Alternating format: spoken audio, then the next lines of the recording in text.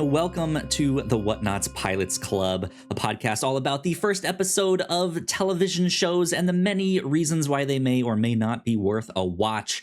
This is a Patreon first podcast, meaning we release these to our Patreon supporters at the $3 tier and above, first and foremost, where they remain exclusive for 2 years before they hit free feeds.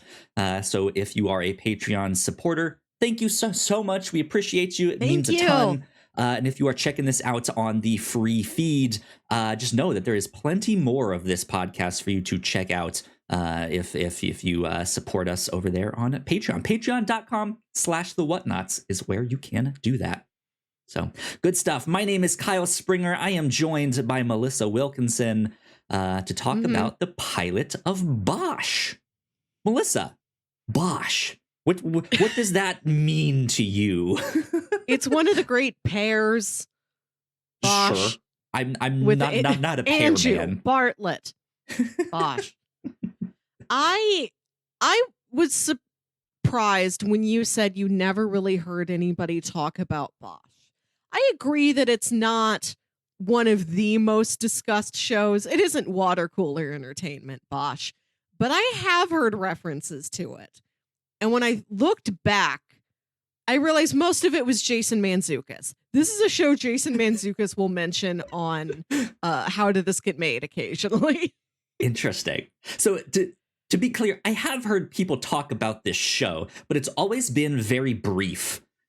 And it's always been good things, but you're right. It's never talked about in the like, this is appointment television. You need to watch this now. Set your watch to Bosch. Right, yeah. But also in the world that we live in now, like streaming shows rarely ever make it past season 2. That's just kind of the norm.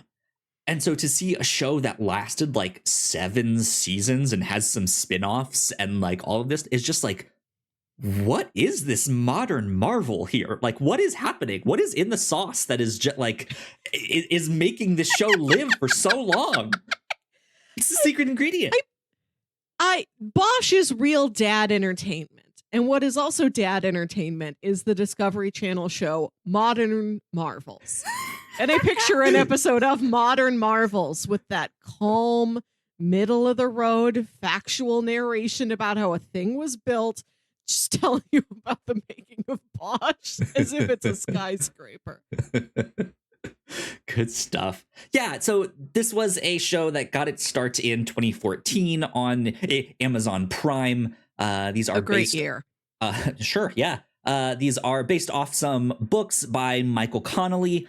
It looks like there's a number of these books. But interesting enough, the first season of this show is based on book 3, book 8, and book 12 in the series. Yeah, so I like the fact that they're like they're combining these things, but it's also strange that like you didn't do book 1, the intro. Interesting. Maybe he didn't really hit his stride until books 3, 8, and 12. If 10 years ago this is a math problem for you. Get out your pencil. If 10 years ago there were 12 Bosch books, how many Bosch books are there now? Good Lord, I don't even know. But yeah, it's like this is one that I think a show that kind of flies under the radar for a lot of people. But it caught my attention enough that it was just like, you know what? I finally need to check this out and see what this is all about. I thought the Pilots Club here would be a great place to do that. Indeed. So, Melissa, right off the bat, let's talk about the opening credits sequence. What did you think of that? Overall, I was very pleasantly surprised by Bosch. Not that I was doubting Bosch, but there are several very significant points in its favor for you and I in particular. The presence of 2 different Lost alumni, including the late great Lance Reddick. Yeah. There's some nice Michael Mann styling in there for me. You got the neon reflecting on the wet streets, and you have these very dark-esque opening credits. Yeah, that was my thoughts exactly. The opening credits really looked like the Netflix show Dark. Part dark and part the scene in Inception where the city folds on itself. Right, or the scene in Doctor Strange. Yeah, it's that like kaleidoscope effect where things are kind of mirrored on each other. The song in these opening credits was a little bit more upbeat, right, than the ones in Dark. Like the one in Dark itself is a very like dark, haunting song that just gives you this you're lost in the woods at creepy night kind of song feeling. Yeah. This is a little bit more upbeat. Not that I would necessarily describe the song as upbeat, but right, was not as creepy or haunting as the other one. But I still think fits the vibe of a detective show, a crime show that is. I don't know if it's all set in one city or not, but it kind of focuses on this detective who seems to have a darker past, or nowadays is maybe in a morally gray area. There is it's also just kind of a staple for like crime shows, detective fiction, of like, here's the morally gray detective that might be kind of an asshole, but deep down he's a softie, right? They're never like goody two-shoes sweethearts. Never. That's Superman. Mm-hmm. You want that, right. You go read a Superman comic. Exactly. Every detective is at least slightly grizzled from a certain era. I don't know how grizzled Will Trent is. I don't know if we're moving out of that phase. So yeah, I think I would agree. I think overall, I really enjoyed this one a lot. Personally, on my own time, I've been going through Amazon to watch a number of their shows. I'm not watching all of them right now, but I finished Sneaky Pete recently. I also finished Reacher and who's Sneaky Pete? Have you not heard of Sneaky Pete? I know the name Sneaky Pete, but when you mention it, I'm getting it confused with the early aughts show Keen Eddie. Who's Sneaky Pete? It's a guy I know. Giovanni Ribisi plays him. Oh, I do know him. I certainly do. Yes. Yeah. And it is kind Definitely of like a man who looks like a Sneaky Pete for sure. Great choice of actor. Absolutely. Yes. Looks alone before he even opens his mouth. That's a Sneaky Pete. Yeah. But I've been watching a number of Amazon shows and timed it perfectly. So I just watched the pilot of Bosch. Now I'm gonna be continuing with the show on my own time. On the Bosch train. Yeah.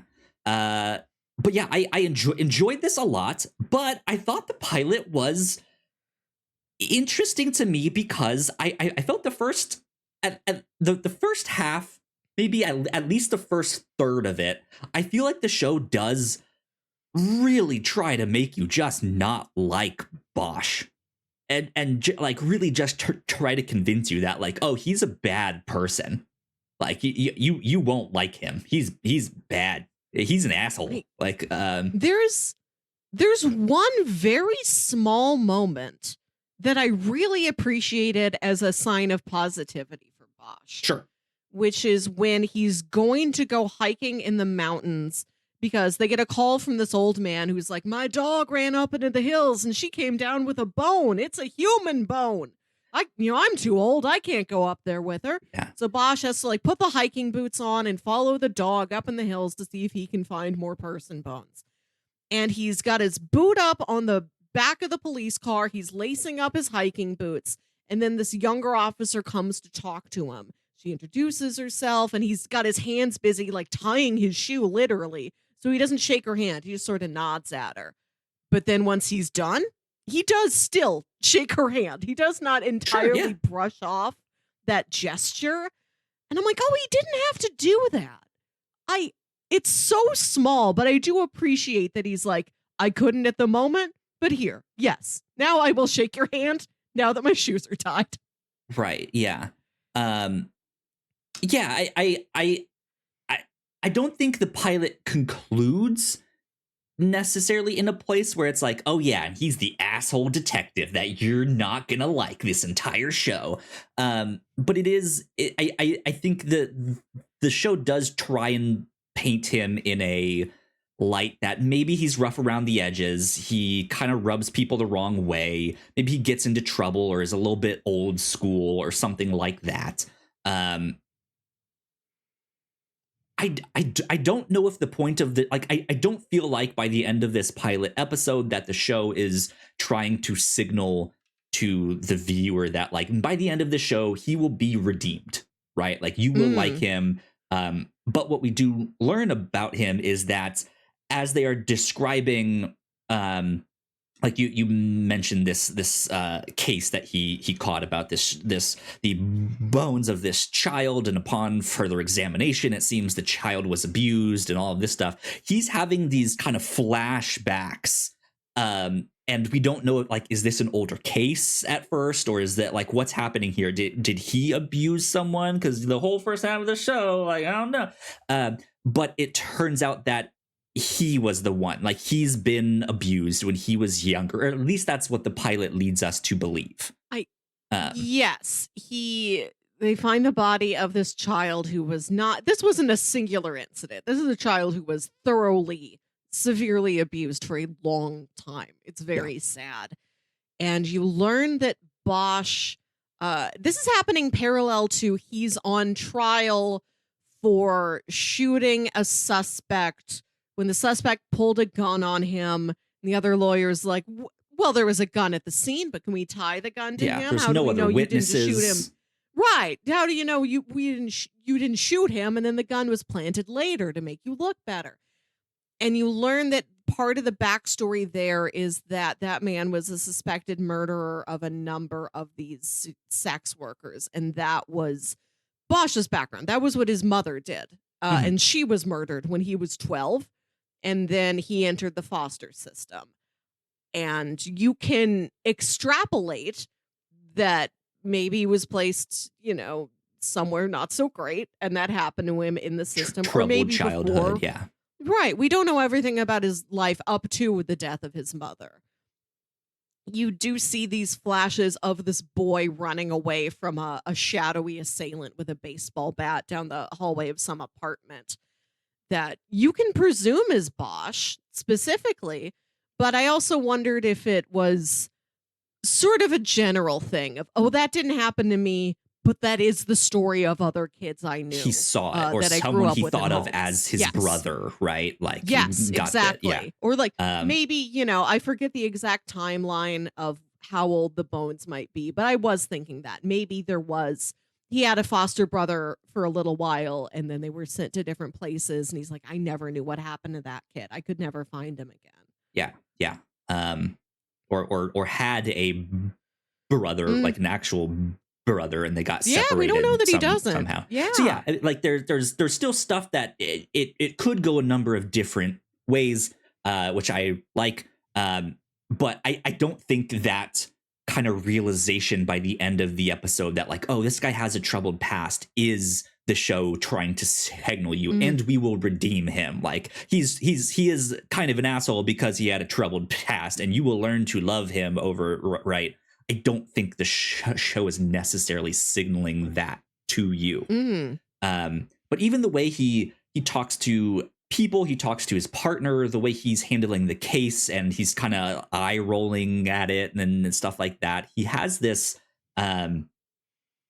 I don't know the best way to describe it. This kind of lack of concern in a way that signals to me that he's maybe a little more on the conservative end, or like in the like I am the thin blue line. Like, you don't really know how the cop like life actually is here. You don't understand because you're not one of us.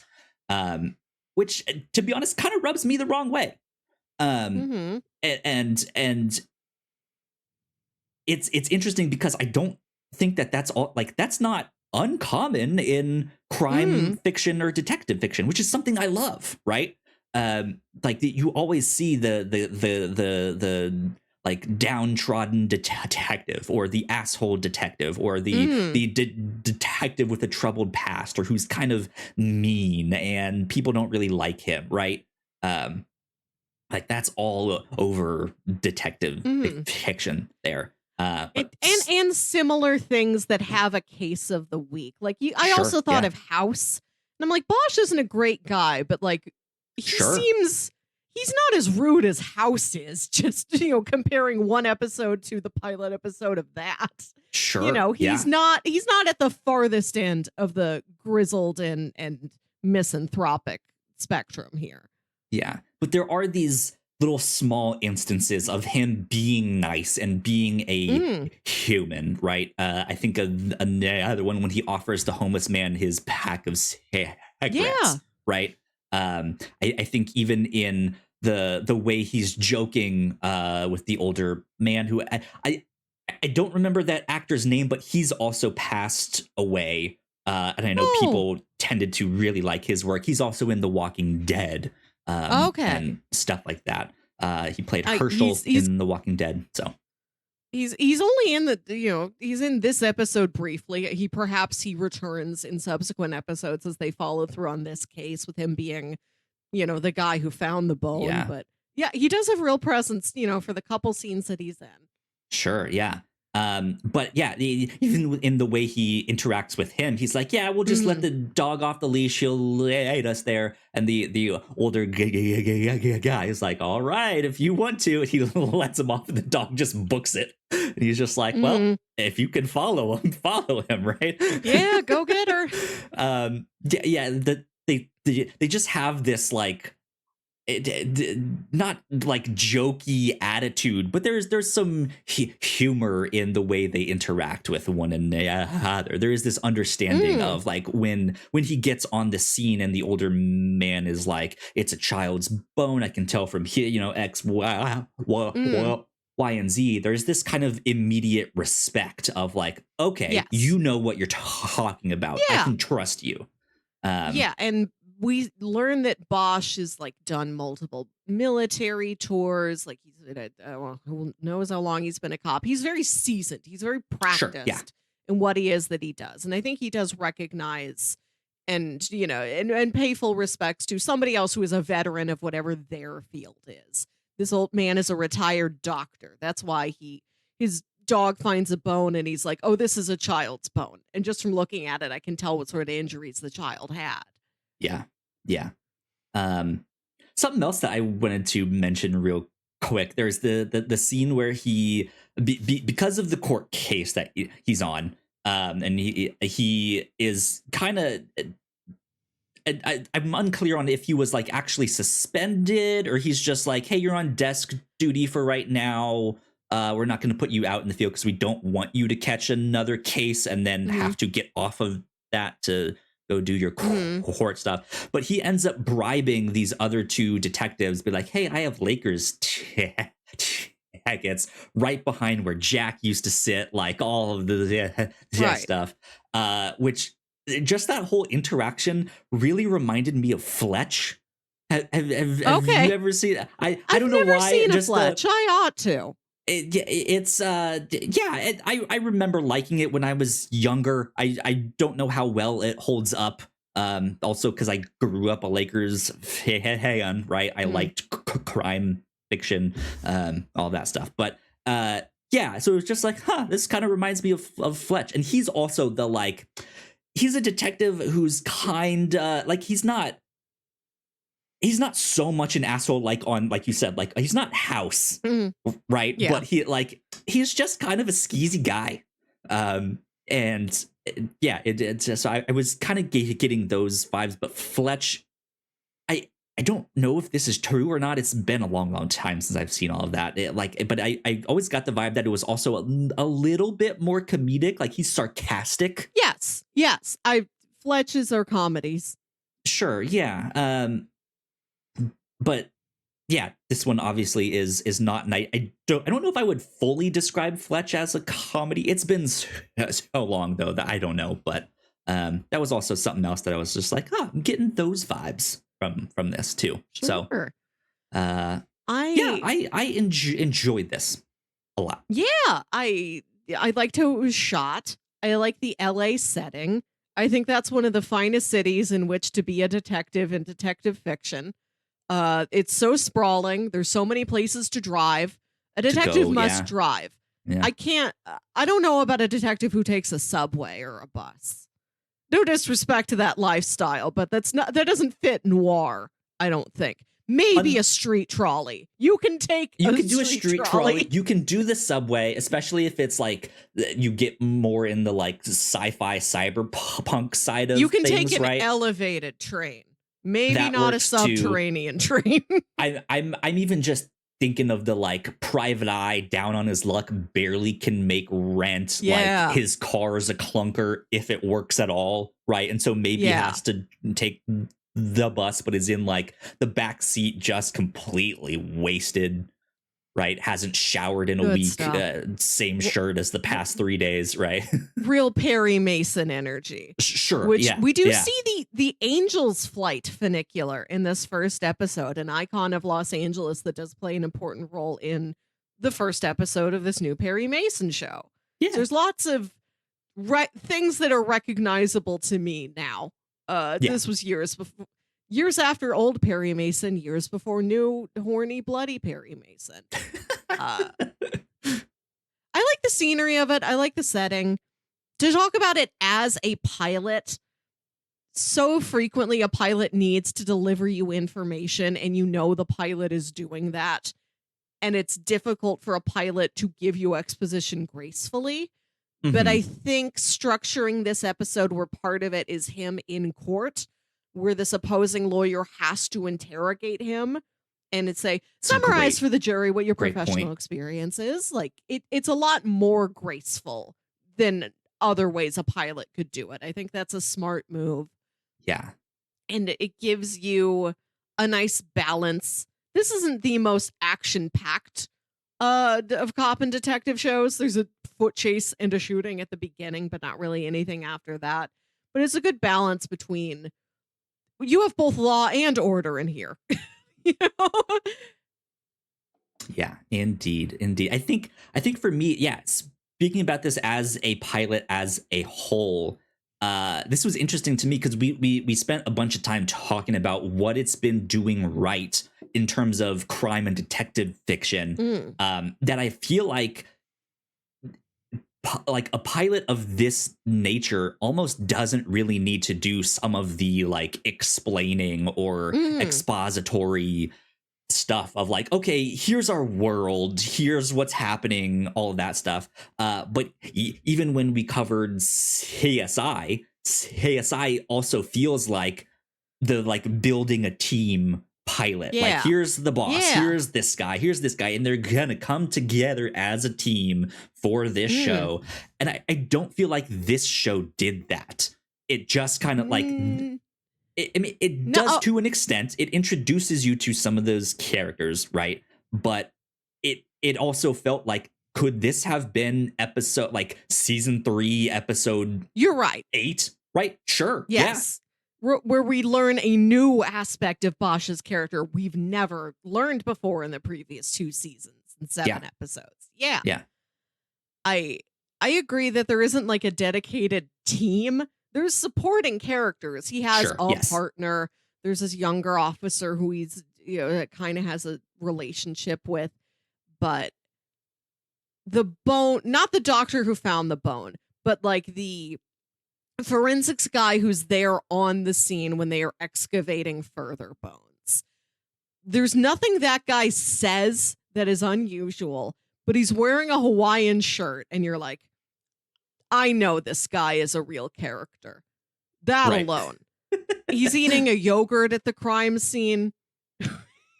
That also implies the like, I've seen some shit. My stomach is over it. Like I can eat a yogurt. Whereas like the like brand new cop's first day on the job witnesses the grisly murder. Right. The scene is back there like, oh God, oh no. When you're watching something that you know is adapted from a book and there's a minor character who has just like an extra level of development where you're like, I know that is a character pulled straight from the book. I know every Bosch novel says, and then I met Dr. So-and-so at the crime scene wearing his trademark, Jimmy Hawaiian Buffett shirt. parrot head shirt. Yeah. Right, exactly. Like, I can look at you and tell you were pulled from the book.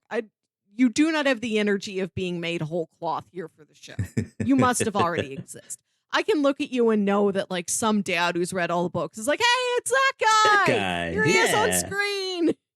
Yeah, which is fun. I guess, yeah, if we had read the books, I'm wondering how much of that is in the show. Because like we said, this first season kind of amalgamates 3 different novels. So I'm wondering how much is there like, there's a background side character who like maybe we just see him in there, but we don't get to like really interact with him until season 2. But he's in book 1 and book 5, and right, like how much is like, oh hey, cool, it's that guy, right?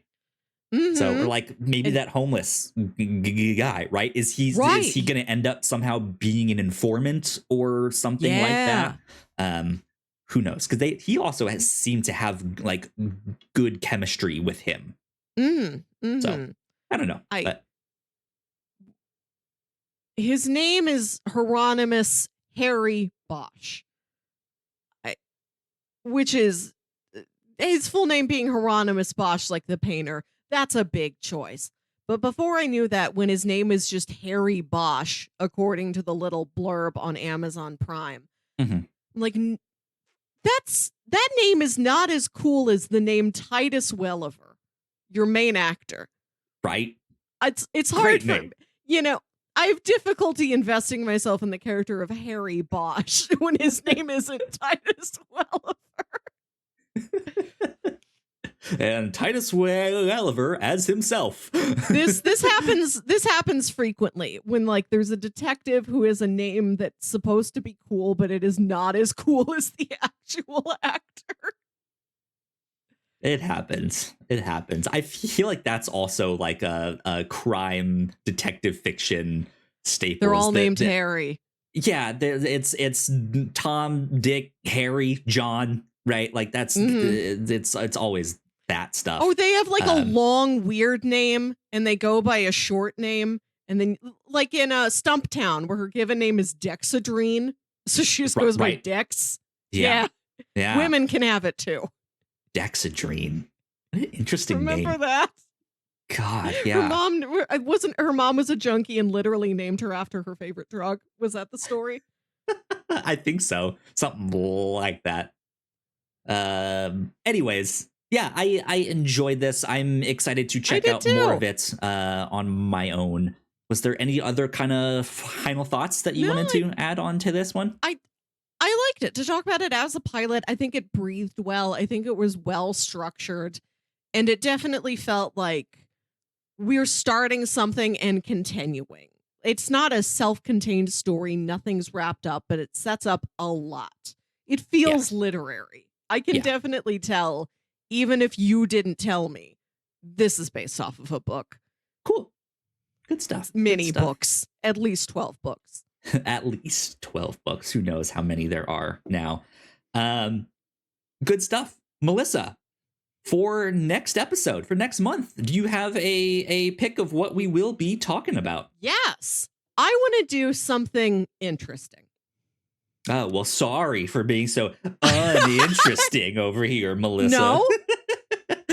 There is a TV show that had a pilot and then also later redid its pilot. Ooh. Not in the way where, some shows will have like a rough pilot and the studio's like, that's not really working. Give it another try. And then they'll make a second pilot. And then the producers are like, yes, we greenlit this one. No. This show aired episode 1. And then at the end of season 2, they're like, we're doing episode 1 again. Oh, interesting. Okay. This is the Disney Channel cartoon Phineas and Ferb. Phineas and Ferb. Oh, have you ever seen Phineas and Ferb? I've seen little clips posted it's online, a little after no, our time. It aired from like 2007 to 2012.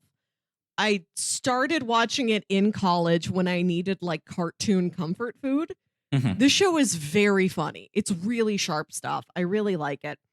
So yeah, episode 1 is called, I think, just Roller Coaster. It's about these 2 boys who like invent wild things in their backyard on summer days. Sure. Episode 1 is called Roller Coaster.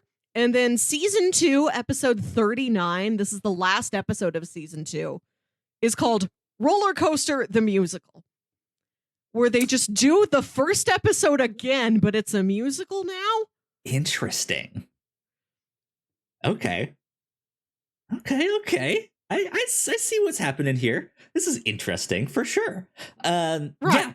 Sweet. So yeah, I guess it sounds like we're going to be doing like a compare and contrast between these two episodes. Or just to look. This is truly unique in the way that it is done. This is a show that grew so much and changed what its format was. And they're like, episode 1 doesn't really represent our format anymore. So let's do it again. Okay. Yeah, sure. Yeah. This is all on Disney Plus, of course. Episode 1, and episode 2, 39 for you. Perfect. Good stuff. Yeah, I'm super excited to check that out. I think my partner really, really loves that show, if I'm not mistaken. So I'm excited. Good stuff. Phineas and Ferb. All right. Well, yeah, I guess that about wraps us up for here at the Pilots Club. Melissa, do you want to shout out your email where they can contact you if they'd like? You can email me the old-fashioned way at yourhostmelissa@gmail.com. There you go. Good stuff. If you guys want to follow me, I am at Yo Kyle Springer. And if you want to stay up to date with all of the stuff that we do here on the show, we are at the Whatnauts Official on Threads. So please go like, share, and subscribe. That would help us out a ton. We'd appreciate it. We also got plenty more videos for you to check out over there on that side of the screen. Once again, thanks to our Patreon supporters. And this has been number 29 of the Whatnauts Pilots Club. We will see you all next time. Bye. Bye.